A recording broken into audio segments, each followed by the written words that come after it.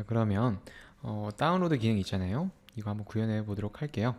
자, 온 클릭을 했을 때 이 다운로드라는 함수를 호출하면서 이때 파라미터로 파일의 이름을 적어주면 됩니다. 이렇게 싱글 쿼테이션 하시고요. 그 안에 이렇게 달러 브레이스 하시고 v5.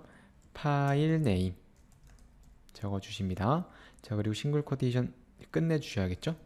자, 그러면 JSP에 EL에 의해서 이렇게 v5. 파일 네임이 문자가 들어올 거예요. 예를 들어서 아기 사진이면 아기. jpg 이런 식으로 들어오겠죠. jpg. 자, 그렇게 됐을 때 이렇게 싱글 쿼테이션에 의해서 이게 문자열로 바뀔 거고요. 자, 그러면 이 문자열 파라미터를 넘기면서 다운로드라는 함수가 실행될 겁니다. 자, 이것은 다시 달러 브레이스에서 v5. 파일 네임으로 다시 바꿔줄게요. 자, 그럼 다운로드라는 이 함수 위에서 정의해야겠죠? 자, 이 jQuery 스크립트 밑에서 또 스크립트 태그 정의하면서 펑션 다운로드, 그리고 파라미터로 파일 이름을 받죠. 그래서 파일 네임이라고 파라미터를 받도록 하겠습니다. 여기서 location.href는 자, 여기서요 이번에는 절대경으로 써줄게요. 다운로드 .do로 요청을 하는데 이때 쿼리를 날립니다. dir 해서 폴더의 이름을 넘겨줄 거예요. 자, 폴더의 이름은 현재 이 챕터 21 갤러리라는 프로젝트에 이 파일이 존재하는, 그러니까 사진들이 존재하는 폴더가 이 업로드 폴더잖아요. 그 폴더의 경로를 이렇게 문자로 보내주는 겁니다. 업로드라고. 그 다음에 end 해서 이번에는 파일 네임을 보낼 거예요. 파일 네임은 하시고요. 이렇게 끝내줍니다. 끝내준 다음에 플러스 하시고 이렇게 파라미터로 넣어온 파일 네임 그대로 적어줄게요. 파일 네임. 자, 그러면 이런 식으로 다운로드.do라는 요청을 보내면서 dir이라는 그런 변수에 공간에 이 업로드, 그러니까 이 슬러시 업로드 슬러시라는 문자를 보내고요. 그리고 파일 네임이라는 또 공간에 이 파일 네임, 그러니까 이 각각 사진들의 파일 이름을 보내는 겁니다. 이런 식으로. 그러니까 타이틀이랑 좀 다르겠죠? 타이틀은 내가 그 사진에 붙여준 제목이고 이 파일 네임은 그 파일의 실제 이름이라는 거죠. 자, 이렇게 하면은 다운로드.do라는 또 요청을 받는 서블릿을 만들어야 됩니다. 근데요, 좀 다르게 이 다운로드.do라는 요청을 받는 서블릿은 이 서블릿 패키지에 만드는 게 아니라 이 util 패키지에 만들도록 하겠습니다. 자, 여기서 util 패키지에서 마우스 오른쪽 new 서블릿 해주세요. 자, 이런 식으로 util 패키지 별도로 만드는 이유는 이 파일 다운로드 하는 기능 있잖아요. 이 서블릿 자체가 하나의 틀에 박혀져 있는, 그러니까 이미 만들어져 있는 그런 소스라는 겁니다. 그래서 하나의 도구처럼 사용되기 때문에 이런 식으로 util 패키지에 별도로 넣어줄게요. 패키지는 util이고요. 클래스 네임은 파일 다운로드가 될 거예요. 뒤에 따로 서블릿 붙지 않습니다. 이건 뭐 이 개발자의 마음인데요. 저 같은 경우는 이렇게 파일 다운로드로만 적어줘요. 자, 그리고 넥스트 하시고요. URL 매핑을 에디트 하신 다음에 여기서 그냥 다운로드라고 적어주시면 되겠죠. 오케이. 그 다음에 넥스트, 두 포스트 2개 빼시고 서비스 클릭, 그리고 생성자 빼시고 피니시. 이 여느 서블릿과 똑같아요. 똑같은데 내용이 좀 다릅니다. 자, 이때 이 안에 서비스 안에서 파일을 직접 다운로드 할 수 있도록 파일에 인풋 스트림을 연결하고요. 그리고 그렇게 파일을 불러온 다음에 아웃풋 스트림을 통해서 리스폰스에 해당 파일에 대한 데이터를 이렇게 넘겨줘야 돼요. 그래야 사용자가 브라우저 창에서 그 해당 파일을 다운로드 받을 수 있는데 그 소스를 여러분들이 직접 이렇게 타이핑 하실 필요까지는 없습니다. 이게 무슨 말이냐면 이미 누군가가 만들어 놓은 이 서블릿이 될 거고요. 파일 다운로드라는 서블릿이 될 거고, 여러분들은 그 안에 있는 내용을 전혀 수정할 필요가 없어요. 왜냐면 그것은 굳이 커스터마이징 할 필요가 없이 다 똑같은 기능만 하게 되어 있는 거예요. 그러니까 자, 우리가요 인터넷에서 어떤 버튼을 클릭하거나 어떤 이름을 클릭했을 때 파일을 다운로드 할 수 있게 하잖아요. 예를 들어서 제가 구글에서 한번 예시를 보여드리겠습니다. 우리가 얼마 전에 다운받았던 제이슨 심플이라는 simple.jar라는 파일을 어떤 블로그에서 이런 식으로 첨부 파일로 올려놓잖아요. 여기는 없네요. 잠시만요. 네. 자, 이런 식으로 첨부 파일로 올려놓습니다. 이때 내 PC 저장을 버튼을 누르잖아요. 내 PC 저장이라는 버튼을 눌렀을 때 실제 다운로드 할 수 있는 창이 뜹니다. 그죠? 그러니까 단순하게 이렇게 해당 파일을 어디에 저장할지 정하고 파일의 형식을 정할 수 있는 그런 다운로드 창만 뜨면 돼요. 그러니까 모든 파일 다운로드는 다 거기서 거기라는 거죠. 그래서 별도로 여러분들이 막 새로 코드를 짜실 필요는 없고요. 그냥 파일 다운로드라는 획일적인 클래스, 즉 서블릿을 가져다가 쓰시면 된다는 겁니다. 자, 이미 제가 만들어 놓은 클래스 파일이 있고요. 바로 얘입니다. 이걸 제가 메모장으로 한번 열어볼게요. 자, 그러면 이런 식으로 안에 있는 코드에 대한 주석과 함께 미리 코드를 다 정해놨어요. 여러분들은 이 클래스 파일을, 이 서블릿을 그대로 가져다가 사용하시기만 하면 됩니다. 자, 그러니까 이클립스에서 제가 만들었던 이 util 폴더에 만들었던 파일 download.java 이 파일을 지워줄게요. 딜리트 해가지고 지워주고요. 미리 만들어져 있던 이 파일 download.java라는 이 서블릿을 그대로 util 폴더에 가져다 놓겠습니다. 자, copy 파일 해서요. 자, 그럼 이런 식으로 이미 만들어 놓았던 이 파일 다운로드라는 서블릿을 가져왔고요. 항상 여러분들이 뭔가 파일을 다운로드 할 때는 이 파일 다운로드라는 클래스를 그냥 가져다가 이런 식으로 붙여넣기만 하셔서 사용하시면 돼요. 이때 경로는 뭐 그때그때 여러분들이 필요하신 대로 바꿔주면 됩니다. 자, 그러면 우리는 이 download.do라는 요청을 받는 서블릿을 지금 하나 생성한 것과 똑같고요. 이 서비스 내부는 이미 채워져 있잖아요. 자, 그러면 이 내용들을 그냥 간단하게 한번 훑어보고 계속 진행하는 것으로 마무리 짓겠습니다. 일단은 리퀘스트에서 set 캐릭터 인코딩에서 한글로 된 데이터를 받아올 수 있으니까 이렇게 UTF-8로 지정해 주고요. 그리고 스트링에 dir 해서 request.get 파라미터에서 dir, 그러니까 해당 파일이 존재하는 파일의 위치를 이런 식으로 파라미터로 받습니다. 자, 그리고 풀 패스 해가지고 이렇게 받아온 경로 있잖아요. 이 경로를 get sublit context.get real pass 해가지고 이거 기억나시죠? 여기에 이제 파라미터를 넣어주면은 실제 파일 시스템 상의 경로가 이쪽으로 오게 됩니다. 그리고 파일 네임을 일단 이렇게 공백을 해주시고요. 파일 네임은 request.get 파라미터에서 파일 네임을 받습니다. 그러니까 우리가 여기서 파일 네임은 땡땡 그리고 dir 땡땡을 보내줬잖아요. 그러니까 이 실제 파일의 이름이 이쪽으로 오게 되겠죠. 자, 그 다음에 풀 패스 네임, 그러니까 경로와 파일 이름을 합친 것을 이런 식으로 만들어 줄 수 있어요.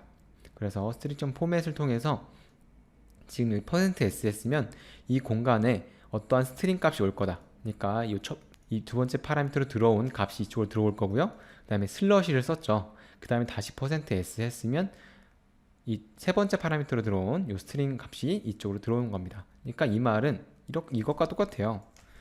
풀 패스 플러스 이렇게 슬러시 하고요. 그 다음에 더하기 파일 네임 이런 식으로 된 것과 똑같습니다. 근데 이것을 string.format이라는 메서드를 통해서 좀 편하게 하기 위해서 이런 식으로 적어 놓은 거고요. 이 string.format이라는 메서드도 가끔 사용되니까 알아두시면 편합니다. 여기에 만약에 내가 스트링 값이 아니라 십진수, 그러니까 숫자를 넣으려면 이런 식으로 %d를 쓰시면 되고요. 여기에 이제 숫자가 들어와야겠죠. 이런 식으로. 그리고 만약에 뭐 실수가 들어온다면 이렇게 f 플롯의 줄임말인 f를 넣어주시고 이런 식으로 .5 이런 식으로 실수를 넣어주시면 됩니다. 자, 그러면 이제 s로 다시 바뀌죠.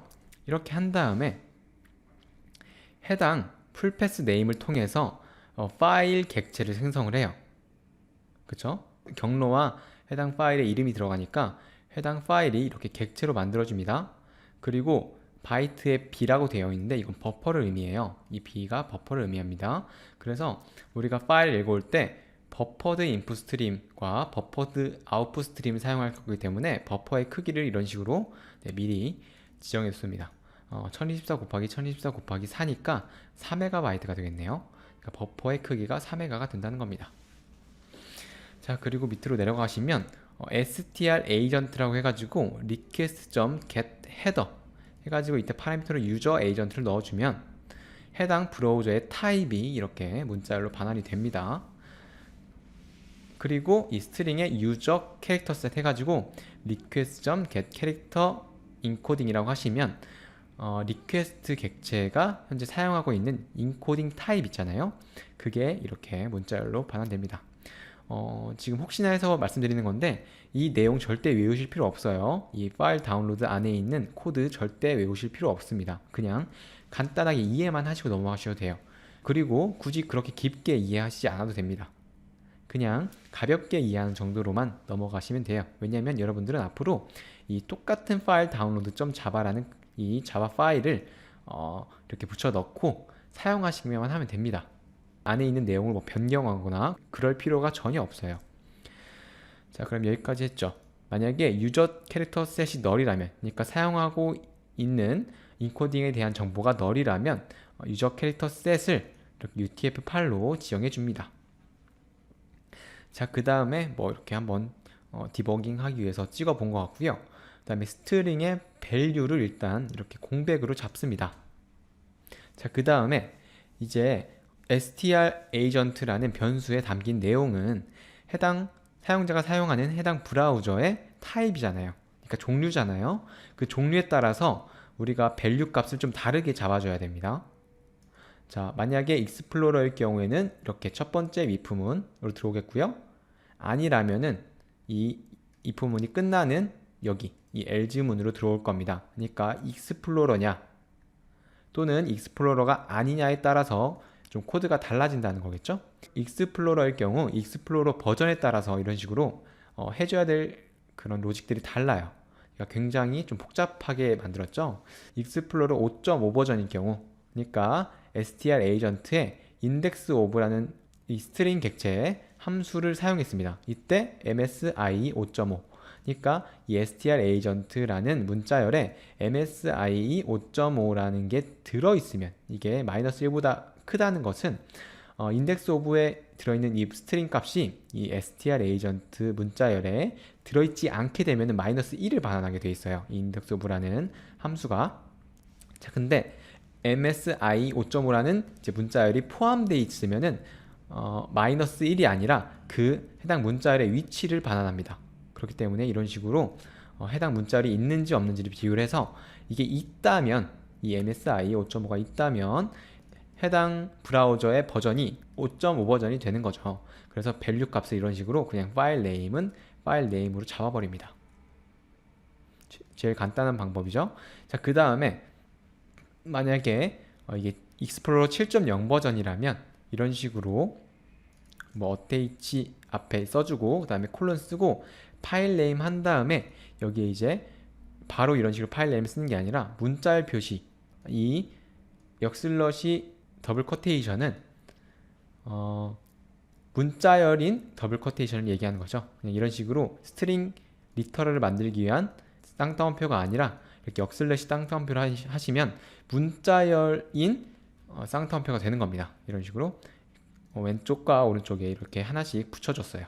이렇게 두 개를요. 그런 식으로 만들어 줘야 되고, 이 두 번째 거는 보시면 UTF-8이 아닌 거네요.